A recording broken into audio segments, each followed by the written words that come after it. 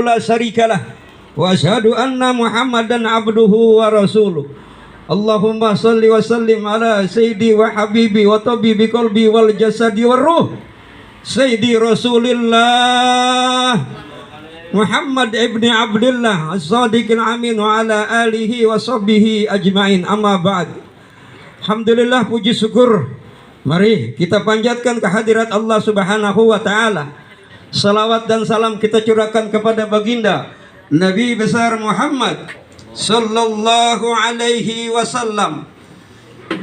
Wabil khusus keluarga besar nenek kita Mas Ripah Banten sekeluarga yang tidak saya sebutkan satu persatu, takutnya orang Betawi ngomel. Kagak disebut begitu. Kan orang Betawi, bukan kita orang Betawi nih. Kadang-kadang orang Betawi kalau sudah duduk di atas lupa sama yang bawah, bener gak? Lalu ditenggal, habis gak Betawinya? Nggak mikirin. Kalau orang Betawi enaknya udah di atas mikirin yang bawah, supaya ada muncul lagi orang-orang Betawi, bener gak? Bener gak? Iya, saya kan punya tuh. Dari Kalibata tuh banyak banget orang-orang Betawi duduk di atas, copot atu, nggak ada generasi. Alhamdulillah tadi tuh ada anggota DPRD Muhammad Yusuf kita doakan, tapi dibibitkan lagi di bawahnya. Kalau cerita beliau, orang anggota DPRD, Pak Ustadz, ini Ustadz Haji Abdul Qadir, Mengkarino beda di Abdul Qadir, ya beda nama. Ya, jadi mudah-mudahan dengan adanya begini, mudah-mudahan kita nih kuat nih penguyuban dari nenek kita Nyai Miss Ripah Betawi, orang Betawi, orang Banten. Kita Banten kita nggak tahu kok, tahu-tahu di sini. Nih aneh sendiri aja kan baru tahu, baru 4 tahun yang lalu baru tahu bahwa kita punya nenek yang dimuliakan oleh Allah Subhanahu Wa Taala. Nih ada Kiai Al-Mukarram Ustadz Faris apa namanya? Ini bapaknya teman aneh. Teman aneh Gobak. Sekarang anak ini Muhammad Faris ya, benar ya? Nanti nama lengkapnya beliau, saya nggak tahu. Alhamdulillah bisa ketemu, sudah 2 kali ketemu. Nah, jadi pada hari ini kita datang ini karena memperingati maulidnya Nabi besar Muhammad sallallahu alaihi wasallam. Ada pertanyaan begini, mengapa baginda Nabi besar Muhammad sallallahu alaihi wasallam dijadikan contoh? Tuh, benar gak? Mengapa Nabi Muhammad dijadikan contoh oleh Allah? Benar gak? Kita lihat nih. Kalau ayam nyontohnya sama kambing bukan? Gak pas ya? Benar gak? Ayam macam juga kambing. Ayam, kambing contoh sampai ayam nggak pas juga. Ayam contohnya ayam, kambing contohnya kambing. Nah kalau manusia contohnya Nabi Muhammad, Nabi kita Nabi besar Muhammad sallallahu alaihi wasallam manusia bukan? Manusia. Nah kita contohnya kepada, tapi manusianya beda, ya beda. Al-basar lah kal basarun, basarun lah kal basarun. Itu pakai ayat. Jadi beda sama kita. Bedanya apa? Bedanya Nabi dengan kita. Wow. Nabi kalau tidur sedikit, kita dikit-dikit tidur. Nabi kalau ibadahnya sampai bengkak kakinya, kita. Makanya kita bersyukur ada peringatan maulidnya Nabi besar Muhammad sallallahu alaihi wasallam. Gak jadi nih bumi dan langit laulaka ya Muhammad. Tidak akan aku jadikan bumi dan langit karena Nabi Muhammad. Maka kita bersyukur ada yang maulid, ada nenek kita, ada kita. Kalau nggak ada maulid, adakah kita?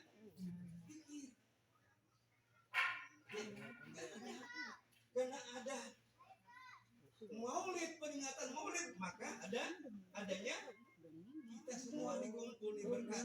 Siapa yang mau mengumpulkan kita di sini? Yang mau mengumpulkan kita di sini adalah panitia. Pada teriak-teriak tuh. Pak Jamal teriak-teriak sama grupnya tuh. Tiap malam Jumat, ayo kita maulid, ayo kita maulid. Kalau maulid itu undangan siapa sih? Undangan Rasulullah. Tanpa diundang datang karena undangan Rasulullah Sallallahu Alaihi Wasallam. Kalau kita tahu tadi kita pada saat kita membaca maulid, pada saat kita berdiri, Rasulullah baginda kita Nabi Muhammad Sallallahu Alaihi Wasallam hadir di tengah-tengah ini. Karena mata kita banyak maksiat. Benar nggak? Ini saya keras aja dah. Sama saudara gue ini. Dimarah ya marah nggak apa-apa sekali doang. Nanti suka bayar lagi. Benar nggak? Ini kan orang-orang kita marahnya 3 hari. Marah ngambek, ya kan? Jangan, ya. Nanti kita ketemu lagi. Nah, bagaimana kita bisa menyatu kepada nenek kita? Ya, Empik Mas Riba Banten menyatu. Bagaimana caranya menyatu? Ya, kita sudah ibadah, kita sudah baca apa aja, belum pernah menyatu. Lu belum pernah, lu bacaannya di sini aja. Lu baca doanya di sini aja. Tapi bagaimana supaya kita ikut teladan Nabi kita Nabi Muhammad Sallallahu Alaihi Wasallam? Kita contoh dia sebagai suri teladan. Laqad kana lakum fi Rasulillahi uswatun. Apa lagi yang kamu contoh? Kepada siapa yang kamu contoh? Hanya contoh kepada Nabi kita Nabi Muhammad Sallallahu Alaihi Wasallam. Ana dipesan oleh guru ana Al-Habibuna Habib Umar bin Abdul Qadir bin Syekh Umar bin Abu Bakar bin Saleh. Sampaikan tentang selawat yang mudah-mudah, yang gampang-gampang. 5 menit lagi sampai 5 menit. Intinya kita contoh akhlak kepada Nabi Muhammad Sallallahu Alaihi Wasallam. Manusia, dia manusia. Nah, Nabi manusia, kita manusia. Kita mandi, dia tidur, kita berkeringatan, berolahraga, keringatnya wangi apa enggak? Kita mandi sendiri. Itu bedanya kita. Nah, agar Nabi Muhammad SAW terpatrik ini, banyak-banyak kita berselawat. Berselawat jangan katanya. Ada kisah selawat seorang Sultan Al-Ghafari. Dia selawatnya 300.000 kali berselawat. Sanggup gak? Allahumma sholli ala Sayyidina Muhammadin wa ala ali Sayyidina Muhammad bi adadi rahmatillah. Sampai terakhir 17 kalimat. Dibaca 300.000 kali. Nggak cukup. Jadi saya tergesa-gesa hanya waktu sangat singkat. Baca selawat apa aja dah. Mau selawat Jibril kek, mau selawat Maria kek, mau selawat Muhammad kek, mau selawat apa kek. Yang penting istiqom. Innal ladzina qalu rabbuna Allahu tsumma istaqamu tatanazzalu alaihimul malaika. Orang yang istiqomah, anak punya guru bilang istiqomah berdiri di sini. Jangan pindah-pindah. Berapa bacaannya? 100. Waktunya jam berapa? Jam 12. Itu yang namanya istiqomah. Kita bagaimana? Gak istiqomah. Nih nenek kita nih sangat gembira. Yang ada di kuburan ini semua gembira. Mereka bergembira. Cucu-cucunya, cicitnya, saudara-saudaranya datang mendoakan di tempat ini. Sangat gembira sekali yang ada di sini. Nih di dalam sebuah kitab kata Pak Kiai. Dalam sebuah kitab singkat aja dah. Kemarin saya sampaikan di Gang Haji Ridwan itu ya sedikit. Ini makan nih kita lihat. Ini kisahnya Abi Al-Qalabah. Dia pada saat duduk di pinggir makan dalam mimpinya bangun itu jenazah semuanya, mayit-mayit bangun semuanya, bangun dia menyamper semuanya. Tapi mayit-mayit itu bangun semuanya bercahaya, membawa nampan-nampan. Hari ini saudara-saudara kita, nenek kita pasti orang yang dimuliakan, yang berkatnya pada sahabat-sahabat saudara-saudaranya, dan kita hanya cucu-cucu. Lalu dalam mimpinya itu bangun membawa nampan emas, nampan bercahaya. Lalu Abi Qalabah melihat satu orang menangis di pinggir pojok sana. Seorang bapak menangis, seorang nenek menangis, seorang anak menangis. Kenapa kamu menangis? Bagaimana saya tidak menangis? Nampak saya tidak bercahaya. Semuanya bercahaya. Apakah kamu tidak punya anak? Apakah kamu tidak punya saudara? Padahal nanti di dalam kubur yang ditanya, wa ma ikhwanuka, adakah saudaramu? Lalu ada di mana anakmu? Dia dihampiri oleh Abi Qalabah dalam kisahnya, dihampiri dalam mimpinya. Dihampiri, nak, lihat tuh nak, bapakmu, ibumu, nenek sedih. Saudara-saudaranya tidak ada yang datang, anaknya tidak ada yang datang. Membacakan Rabbi pilih walil walidah warhamhuma kama rabbayani. Enggak ada yang. Ayo kita beristighfar. Astagfirullah Rabbal baraya, astagfirullah minal khataya.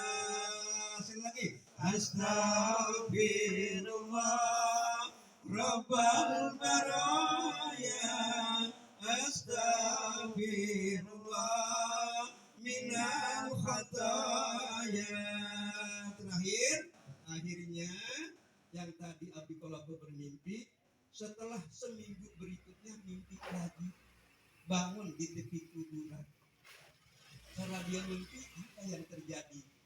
Semuanya bangun kembali, nampan-nampan dibawa di tangannya bercahaya semua sebagaimana semula, tetapi nampan yang tadi tidak bercahaya, dicari mana nampan yang tadi tidak bercahaya. Ternyata nampan itu lebih tinggi, lebih bercahaya daripada matahari, lebih besar karena anaknya bertobat. Tubu ilallah taubatan nasuha, dia bertobat, dia berdoa di makam ini, di rumahnya setiap hari, dia berzikir kepada Allah, dia berselawat kepada Allah, kepada Nabi kita Nabi Muhammad SAW. Akhirnya bapaknya diangkat, diberikan nampan emas. Alhamdulillah. Ada yang mau percaya? Kalau nggak percaya silakan, nanti saya doain sampai, kalau nggak sampai balik lagi. Ya, benar kan? Kuburan gelap nggak? Sok tahu. Katanya kuburan gelap. Sok tahu. Kenapa kita belum? Kuburan terang nggak? Sok tahu. Katanya. Bagaimana supaya kita tahu? Maka sucikan hati kita, suci ucap kita, suci akhlak kita, suci hatinya kita suci, ucapnya suci, akhlaknya suci. Nanti saya juga takut menyampaikan seperti ini. Takut saya menyuruh berselawat, tapi saya tidak berselawat. Bagaimana? Diancam oleh Allah sebagai orang yang dibenci. Kabura maqtan indallah an taqulu. Aku kelamaan di panitia udah geser. Mohon maaf, ini saya hanya pesan berapa kali Pak Kiai Haji Lugoni, Pak, inti datang, pokoknya gantiin anak. Ya jadi begitu doang. Jadi saya benar saya kagak berani begini. Kalau di tempat anak, di tempat orang lain bodo amat. Tapi saudara pakai semua karena kita hebat, ada saudara-saudara kita. Ya, mari ini saja yang dapat saya sampaikan karena waktu yang sangat singkat. Kalau pengen puas, belum lagi. Iya, kalau pengen bukan nyuruh, bukan. Nah kan Allah mengangkat seseorang itu, orang mengangkat seorang itu dari siapa? Ayo, karena ilmu pertama, saya datang ke rumah panitia di sana. Lu punya saudara? Iya, begitu kan. Enggak awal langsung ceplok, ngontrol enggak ya. Jadi kita erat persaudaraan kita. Dan yang info terakhir, saya sangat bersyukur dari sejak dan dakom wa lain kafartu inna azabillah sadid. Yang pertama saya bersyukur, kemarin saya habis haul juga kakek saya. Saya dari kakek adalah orang Bugis.